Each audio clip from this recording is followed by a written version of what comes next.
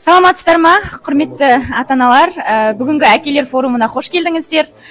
Бүгінгі шара туралы ойларыңыз қандай, қалай өтіп жатыр? Барлықтарыңызға бүгінгі мерекелеріңізбен құттықтаймын. Әсіресе мына бүгінгі нөмір 22-ші мектеп орта мектебіне үлкен алғыс айтамын. Басшылықтарына және ұйымдастырушыларына барлықтарыңызға мың алғыс.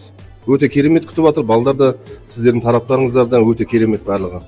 Рахмет сіздерге. Бүгінгі қоғамдағы әкенің бала тәрбиесі рөлінде әкенің рөлі қандай?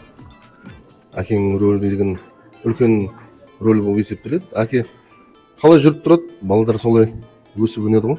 Әкеге қарайды, әсіресе ұл баласы. Қыз балалар енді әсіресе анасына қарайды. Әкеге көрген бала оқ жонады дейді, шеше көрген қыз том пішер демекші. Бәріміз үлгі болуға тырысамыз. Жақсы балалар тәрбиелеп, жақсы ортаға салып, өсіп өндіру бізге алға қойған мақсат. Және солай деп ойлаймын, барлық әкесінің міндеті балаларды тәрбиелеп өсіру. Рахмет сіздерге. Сәлеметсіздер ме? Біріншіден бүгінгі алғыс күні құтты болсын. Бүкіл қазақ елін бүгінгі алғыс күнімен құттықтаймын шын жүректен. Тек бір-бірімізге осылай мейірімімізді төгіп жүре берейік. Және бүгінгі мына ұйымдастырылып жатқан іс-шараға номер 22-ші мектептің ұжымына, басшылыққа, Зәуре Әбдікәрімқызына үлкен алғыс айтамыз. Өте керемет көңіл күй сыйлады бізге. Кіргеннен кәдімгі шаттыққа, мерекеге толы мектеп екені көрініп тұр. Мың алғыс сіздерге, осылай ізгі істеріңіз көбейе берсін сіздерге. Бүгінгі мереке құтты болсын. Әкелер форумы жақсы ұйымдастырылған, жалғасын таба берсін деймін. Рахмет сіздерге. Бүгінгі әкелер форумына қош келдіңіз. Бұл шара қоғамдағы әкелердің рөлін, маңызын айқындау мақсатында ұйымдастырылып жатыр ғой. Жалпы сіз үшін әке деген кім? Әке деген қамқоршы, асқартау. Енді білмеймін оны қалай айтатынын.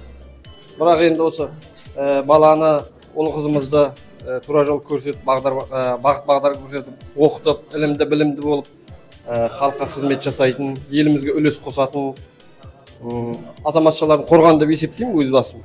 Ата-аналарымыз аман болсын, ұл қыздарымыз аман болсын, бала-шағамыздың болашағы жақсы болғай, білімді ұрпақтар болғай. Жаңа Қазақстанда жаңа ұрпағымыз жақсы басқарып, жақсы қорғай деп ойлаймын. Форум туралы ой пікіріңіз қандай? Өте керемет, жақсы ұйымдастырылған. Осы мектептің директоріне және ұжымдарына, мұғалімдеріне, бәріне мұнда бір рахмет. Осына форум жасап, ұйымдастырып, әкені құрметтеп, біздің салт дәстүрімізді ұлықтап, осындай тәрбие ретінде ұйымдастырған үшін сіздерге мұнда бір рахмет. Мейрамдарыңыз құтты болсын. Осындай салт дәстүрімізді ары қарай жалғастыра берейік. Енді көпшілікке, әкелерге келгендер мұнда бір рахмет. Осындай әкенің арқасында, шешенің арқасында бәріміз осы дүниеге келіп жатырмыз. Қазақ халқымыз өркендеп өсе берсін, тәуелсіздігіміз жалғаса берсін, салт дәстүріміз ешқашан ұмытылмасын. Осы қоғамда әкенің рөлі жоғары болу керек. Енді әке деген бір саты жоғары тұрады ғой, анадан қарағанда. Үйде өсіп жатқан бала әкенің істеген әрекетіне, ойлаған ойына, іс-қимылына қарап өседі. Бір, екіншіден, әкеден қалған ұл бала келешекте отан үшін, ел үшін қызмет ететін ер азамат болады. Елімізді, жеріміздің қорғайтын балалар, әкеге қарап солар елді, жерді қорғайтын болашақ отанға қызмет ететін ер азаматтар болып өседі. Сол үшін әкенің рөлі жоғары деп ойлаймын. Форум өткізіп, салт дәстүрімізді ұйымдастырған сіздерге мұнда бір рахмет. Еңбектеріңіз жана берсін.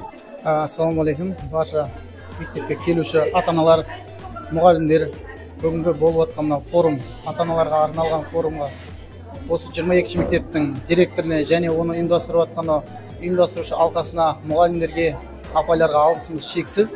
Өстіп біздің балаларымызды тәрбиелеп, жаңағыдай білімін беріп, сусындандырып жатқанына Алла разы болсын, рахмет, алғысымызды айтамыз. Сіздердің осы мектептегі жетістіктеріңізге, алға қойған мақсаттарыңызға орындауына біз шын жүректен не қыламыз, алғысымызды айтамыз. Балаңыз қай сыныпта оқиды? Мен Бақытжан Ханшайым Самалқызы бірінші Б сыныбында оқиды, бірінші сынып оқушысы. Қазіргі таңда осы мектептен білім алып, тәрбие алып, осы апайларымыздың берген білімнен сусынданып жатқан жайымыз бар. Бір әулеттің тіреуі, бір әулеттің мақтанышы, бір ұрпақтың жақсылыққа бет бұруына себеп болатын тау тұлға ғой. Сол үшін әкелер қай уақытта да тарихта солай бір есімдері алтын әріппен жазылатын тұлға болып қалыптасқан. Және сол әкенің әке болуына, әкенің еңсесін тіктеп көтеріп жүруіне тікелей себеп болатын оның отбасы ғой, әйелі, бала шағасы. Сол үшін әйел бала шағасы дұрыс болса, әйел бала шағасы салиқалы болса, оқыған, көреген болса, сол үшін әкелерге әрдайым қолдау білдіріп жүріңіздер, себебі әкелер де кейде көмекке мұқтаждылық болады өзі. Алла разы болсын. 22-ші орта мектептің директоріне рахмет айтқым келеді. Осындай қыздарымызды тәрбиелеп, өсіріп, мына ұстаздарға рахмет айтқым келеді. Бүгінгі шара қалай өтті? Қандай ой түйдіңіз? Саламатсыз ба? Мерекелеріңізбен. Мерекелік шара өте жоғарғы деңгейде әдемі өтіп жатыр. Әкелер аман болсын, мерекелеріңіз жалғасын таба берсін, көбейе берсін, мерекелер, мектептің шаралары. Жақсылық тілеймін мектептеріңізге. Рахмет сұхбатыңызға.